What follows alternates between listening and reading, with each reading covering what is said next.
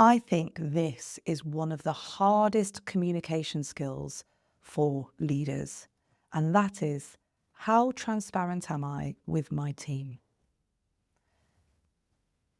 I guess, transparency to me is about building trust with your teams, helping people to understand how you're thinking, the direction of travel, what your challenges are, will only build trust. And I think that's something that you sort of know or come to understand. But it's really difficult, right? Because running a business, large, small, whatever, has its highs, has its lows, and you're carrying that all of the time, aren't you, as a leader? You're thinking, right, I've got to run this business. I've got to make sure we're making the budget. Oh, goodness, that's happening. You've got all that anxiety hitting your nervous system, if you like, from the get-go. And it's hard to know, I think, how transparent to be with the information that your team need. Too transparent, sharing things that are very complex can be confusing and can be anxiety building if you're sharing every kind of worry, if you like. But closed book also makes people suspicious. You put yourself in a position where you can't build trust. You put yourself into a position where you're carrying everything, and that just builds your stress. I was with a client this week, and what's interesting, I think, is sometimes this not sharing comes from places that you're not expecting. So you might think that you're not sharing a problem because you're scared of sharing a problem. Of course I share all my problems. I'm not scared of sharing my problems. I'm an open book.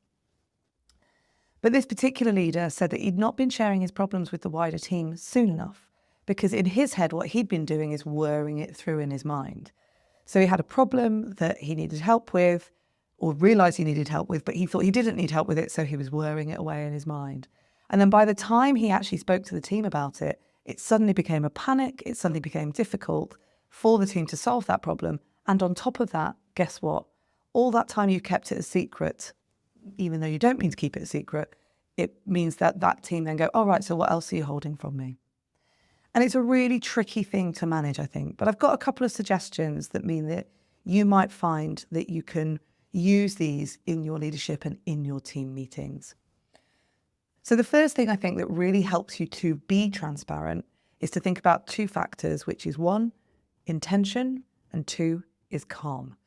So a lot of the time when we're sharing ideas, we're thinking ahead of time, we've really got to ideas, or sharing problems, or sharing things with the team, messages with the team, or stuff that they need to know with the team. We start here. And actually sometimes, yes, start there, but then give the context.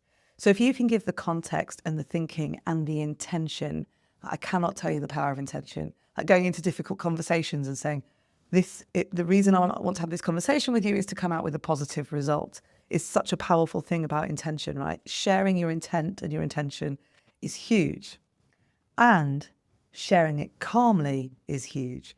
So thinking about the way that your voice sounds, how your voice feels, how your heart feels when you are sharing the information.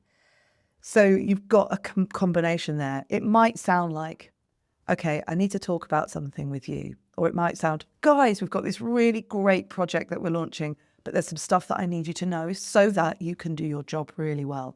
And then you can share that under the skin level of transparency that you need to get to.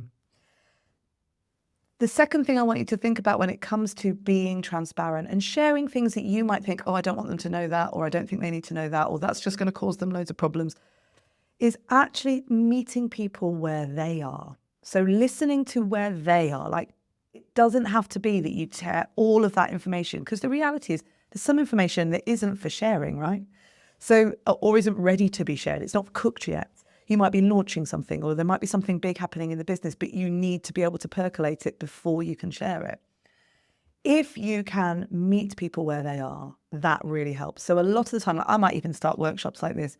I'll ask, what's going on? How are you feeling about this project? What's the vibe at this point? And go off a little bit what they tell you. And this is the thing with transparency. It's a two-way street. So if you can hold that messaging that they're giving you, no judgment, no reaction, just literally, okay, tell me how it feels, what's going on for you, then it makes it a lot easier for you to meet them where they are. Recently, we wrote a talk and I worked with a client who was dealing with a business who, half the business had done really well, half the business was really struggling. And he had to find that place in the middle to inspire that team. And to do that, he had to be transparent, to meet them where they are. This is a nice little skill, actually.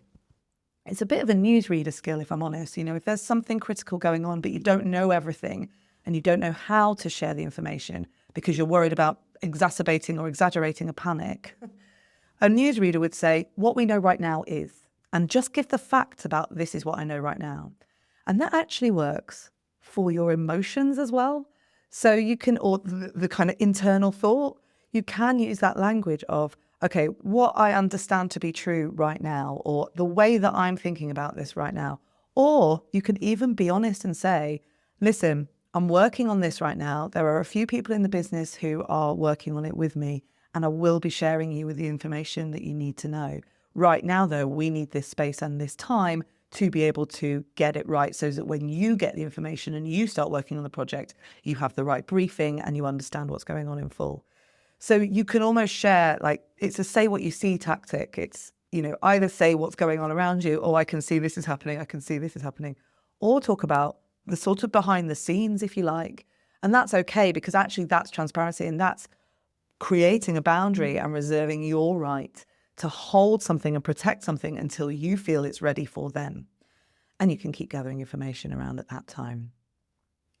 And I think as well, I guess the third or fourth thing, I can't remember where I'm up to now, that is really worth understanding about being transparent is share the things that you can control. So share stuff about you, share stuff about that is okay to share. If I am feeling uncertain, it's okay to say I'm feeling uncertain, or it's okay to say I don't know. It's a very different game if you're saying, well, Claire's been working on something and she hasn't finished it yet. That sounds like gossip. It sounds like you are controlling someone else's story, if you like. You could always throw to Claire and say, okay, so how's that going, and encourage the transparency from her. But my point is that if you are on the spot and people are asking you questions and you need to be transparent to build the trust with your team, then it's really good to say things about you. So it's share the things that you can control and that you care about, but you can ask for help. You can bring problems up. You can say when you're not sure. You can, deal with the things or tell people how you're dealing with things. And on a deeper level, as a leader, understanding your thought process, so being transparent with your thought process, can really help people to build the trust around, okay, I understand where they're coming from. And then also build their agency around it. So this is how he's thinking or she's thinking. This is how I'm going to build this up. So you've got some nice methods there. I largely come across people who are not sharing rather than are oversharing. And I think the not sharing comes from being afraid of the overshare. And believe me, the overshare is very difficult to get to, actually, especially if you're worrying about it. So in terms of your transparency, if you think, oh, I am being quite transparent, but maybe you could explain why you've made a decision a bit more. Or maybe you could say, we're working at this and we find it hard. Me and my team find it hard. So this is how we deal with it. So it's that constant idea of just revealing a little bit more to help your team understand the journey that they're on, to help them understand the direction you want them to go in, and to help them to understand you. And that just builds trust. I'm running a webinar at the end of February. It's a remote webinar. It's open to everybody. It's totally free. If you want to find out more about how you can build trust with your team through your communication, then make sure you click the link in the episode notes and get yourself on the wait list. I'll see you next time. Thanks so much for listening. Remember, great communication changes your life, the life of the people around you, and that includes the way that you talk to yourself.